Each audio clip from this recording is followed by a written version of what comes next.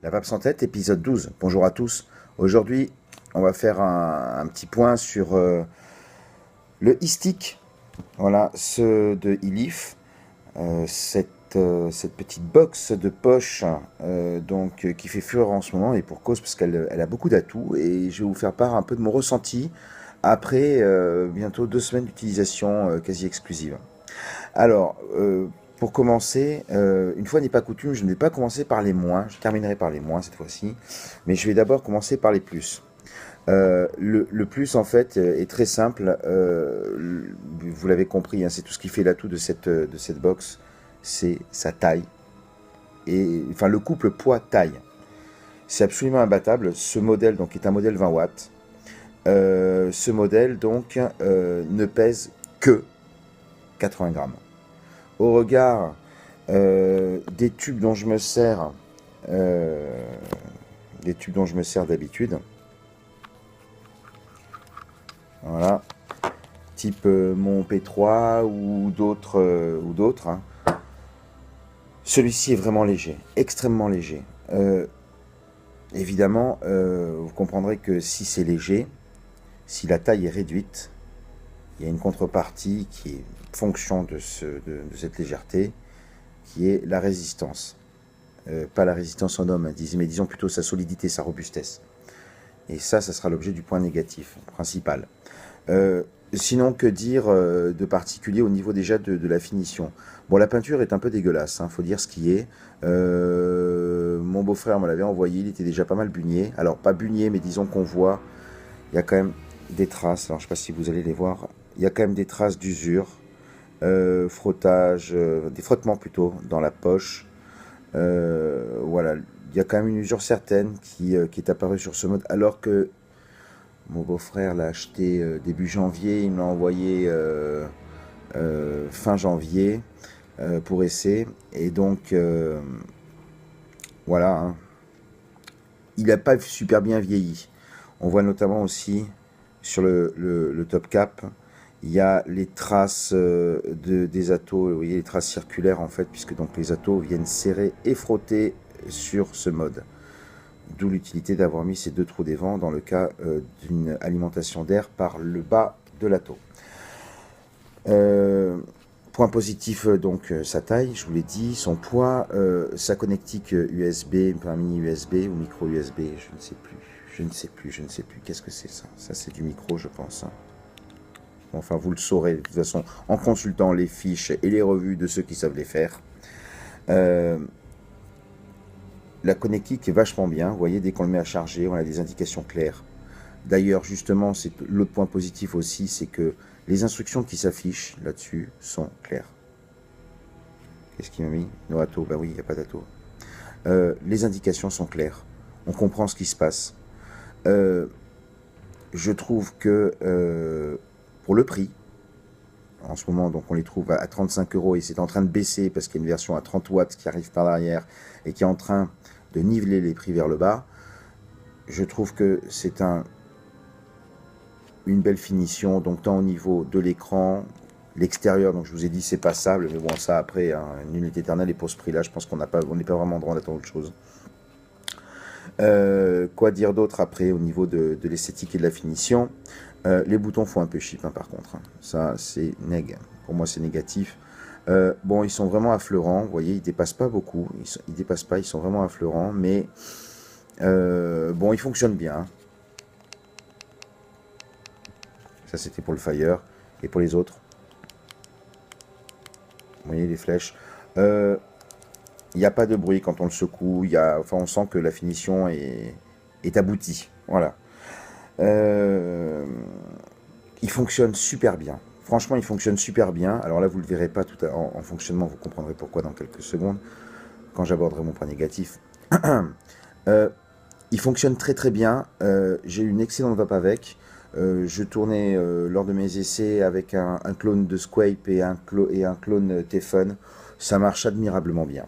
Franchement, il n'y a rien à redire à ce sujet-là. La vape est bonne. Ses performances sont tout à fait acceptables. Il se cantonne au strict minimum, j'allais dire, en termes de fonctionnement, et c'est bien ce qu'on lui demande. Wattage variable, voltage variable, Il accepte des résistances. Oh là là, j'ai pas préparé mon truc. Enfin bon, vous verrez sur les fiches constructeurs, où je le mettrai dans les commentaires en dessous. Mais disons que bon, il fonctionne relativement bien. En tout cas, j'ai pas eu de problème jusqu'à ces derniers jours avec quant à son fonctionnement. Et surtout, la prise en main est extra. Vraiment extra. Parce que donc, le fait qu'il y ait cette, comment dirais-je, ce côté courbé sur le côté, vraiment, la main s'applique parfaitement. Et il est bien calé dans le creux de la main et il ne bouge plus de la journée. Vous l'avez, terminé. Fixez la peau dessus. Voilà. C'est impeccable. Vraiment. Le switch tombe bien sous l'index. Vous voyez, il tient nickel dans la main, il n'y a rien à dire. Et si vous appelez de l'autre côté,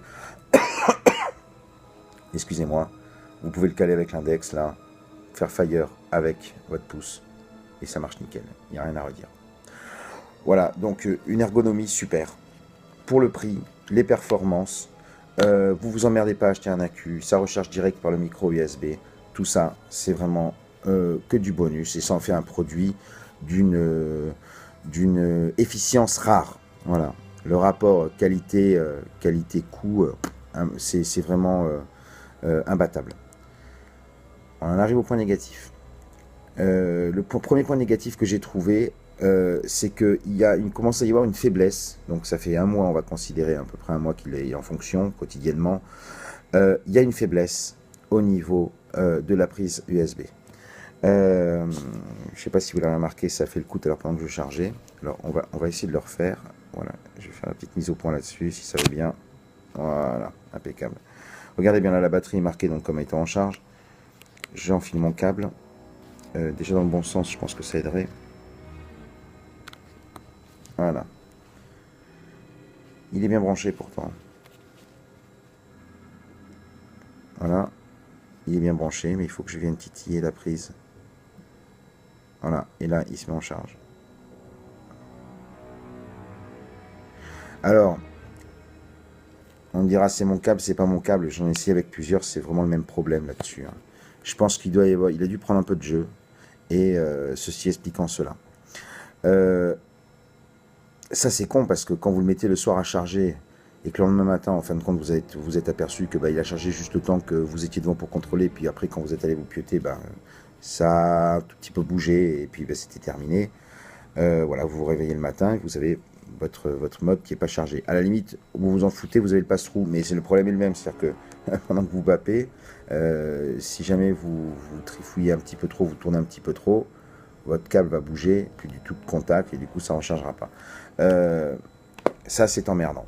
C'est vraiment emmerdant parce que bon, cette faiblesse là, j'ose espérer que c'est que par rapport à mon modèle ou que peut-être il y a eu une utilisation un peu foireuse du mode, mais c'est quand même dommage.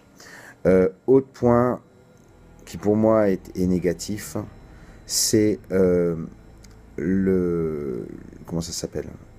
J'ai eu un problème avec le connecteur ici. Je l'ai prêté, mon beauf va être ravi de l'apprendre. Je l'ai prêté à mon autre beauf, et il a vissé un atto. Alors c'était quoi? C'était un magma, un clone magma, qui avait donc un connecteur un peu long. En le serrant, il y avait du jeu quand même. Il a forcé. Et du coup, le plot à l'intérieur est descendu. Donc du coup, j'ai plus de contact. Là, exemple, sur celui-ci, j'ai mis mon swipe. Voilà. Il détecte pas l'atto. Même si je force comme un sourd maintenant, bon, de toute façon, voilà. Voilà, marche pas. Ça, c'est dommage.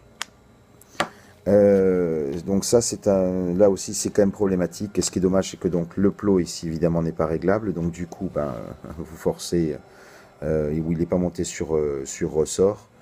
Donc voilà, et ça c'est un peu le problème récurrent de la non-normalisation, contrairement à ce qu'on pense, des connecteurs 510. Oui, c'est normalisé au niveau du pas, mais au niveau de la longueur, au niveau du pas de vis, mais au niveau de la longueur, c'est pas ça du tout, quoi.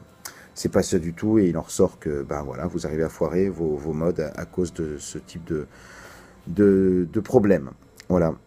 Qu'est-ce que j'avais d'autre comme point négatif à vous donner? je trouve quand même que malgré le prix, voilà, malgré le prix, qui est tout à fait compétitif, vous avez compris les performances qui sont au rendez-vous.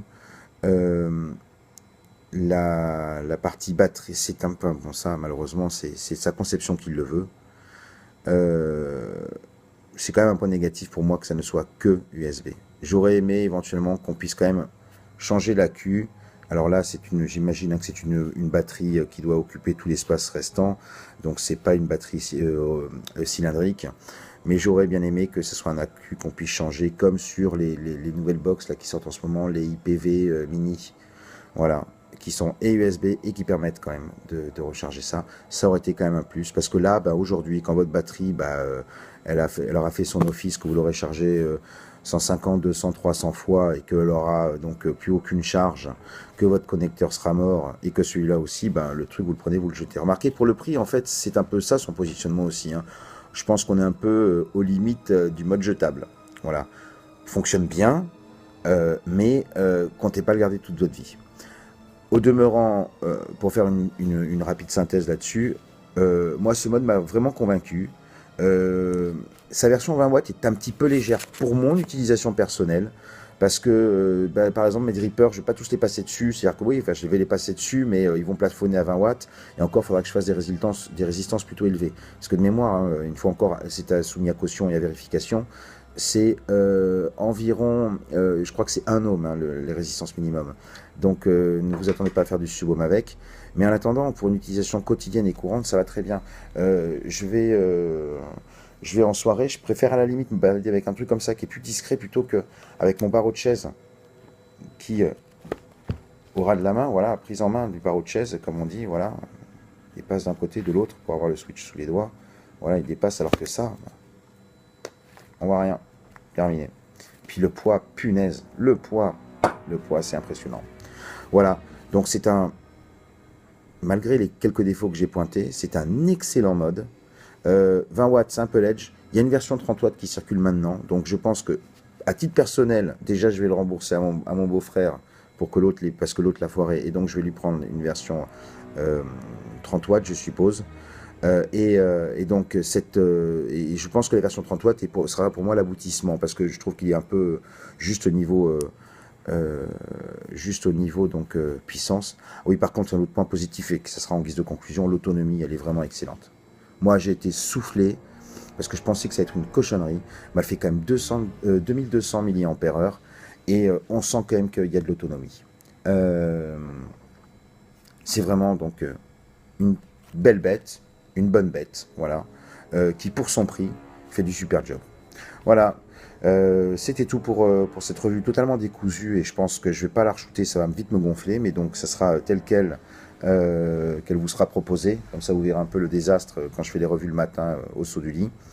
Je vous remercie d'avoir suivi cette vidéo, je vous remercie de me suivre sur ma chaîne YouTube La Pape sans tête, hein, ou d'interagir avec moi sur le Twitter @alvst_fr. Je vous souhaite une bonne vape, une bonne continuation. N'hésitez pas à me solliciter au besoin. Et comme d'habitude, vapez bien, vapez sain. Et pas vape et sain, hein. Pas vapez ni bar, hein. C'est non, vapez, loin, sain. Sainement. Voilà. Parce qu'on m'a fait la remarque sur les forums, et donc voilà. D'ailleurs, c'était très amusant. Salut!